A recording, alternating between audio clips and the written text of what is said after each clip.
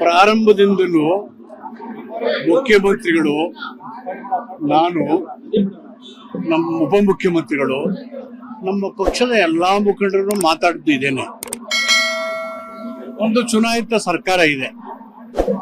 ಚುನಾಯಿತ ಸರ್ಕಾರದ ಜವಾಬ್ದಾರಿ ಸಂವಿಧಾನಾತ್ಮಕವಾಗಿ ನಮ್ಮ ನಡೆಗಳು, ನಿರ್ಧಾರಗಳು ಇರಬೇಕು. ಆ ಸಂವಿಧಾನಕ್ಕೆ ಪೂರಕವಾದಂತ ನಿರ್ಧಾರನೇ ಮಾಡಿದ್ವಿ ನಾವು.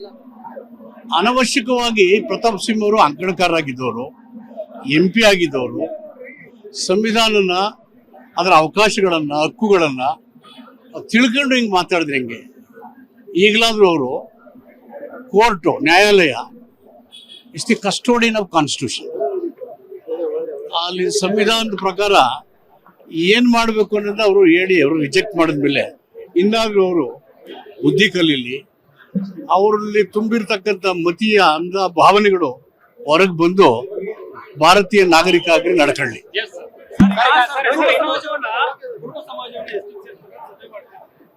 ಸಭೆ ಕರೆದಿದ್ದಾರೆ ಸರ್, ಇವತ್ತು ಇಲಾಖೆಯವರು ಸಭೆ ಕರೆದಿದ್ದಾರೆ. ಅದರ ಪ್ರಸ್ತಾವನೆ ಇತ್ತ ಸರ್, ಕುರುಬ ಸಮುದಾಯವನ್ನು ಎಷ್ಟು ಸೇರಿಸುವಂತ ಪ್ರಸ್ತಾವನೆ ಸದ್ಯಕ್ಕೆ ಯಾವ್ದು ಸರ್ಕಾರದ ಮುಂದೆ ಇಲ್ಲ. ಈಗ ಅನೇಕ ಸಮುದಾಯಗಳಿಗೆ ಎಸ್ಟಿಗೆ ಸೇರಿ ಎಸ್ಟಿಗೆ ಸಭೆ ನಡೀತಾ ಇರ್ತವೆ. ಆದ್ರೆ ಸರ್ಕಾರದ ಮುಂದೆ ಯಾವ ಪ್ರಸ್ತಾವನೆಗಳು ಹತ್ರ ಇಲ್ಲ ಸದ್ಯಕ್ಕೆ.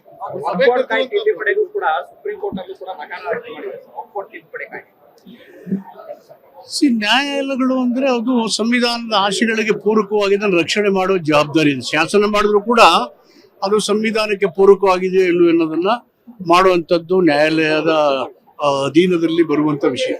ಸಹಜವಾಗಿ ಅವರು ಸಂವೈಧಾನಿಕ ವಿಚಾರಗಳನ್ನು ಸರಿಯಾದ ರೀತಿಯಲ್ಲಿ ಮಾಡಿದ್ದಾರೆ ಅಂತ ಅನಿಸಿದೆ ನನಗೆ.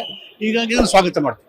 ಲೇಟೆಸ್ಟ್ ಹಾಗೂ ಇಂಟ್ರೆಸ್ಟಿಂಗ್ ಸುದ್ದಿಗಳಿಗಾಗಿ ಬಾಸ್ ಟಿವಿ ಕನ್ನಡ ಚಾನೆಲ್ನ ಸಬ್ಸ್ಕ್ರೈಬ್ ಮಾಡಿ.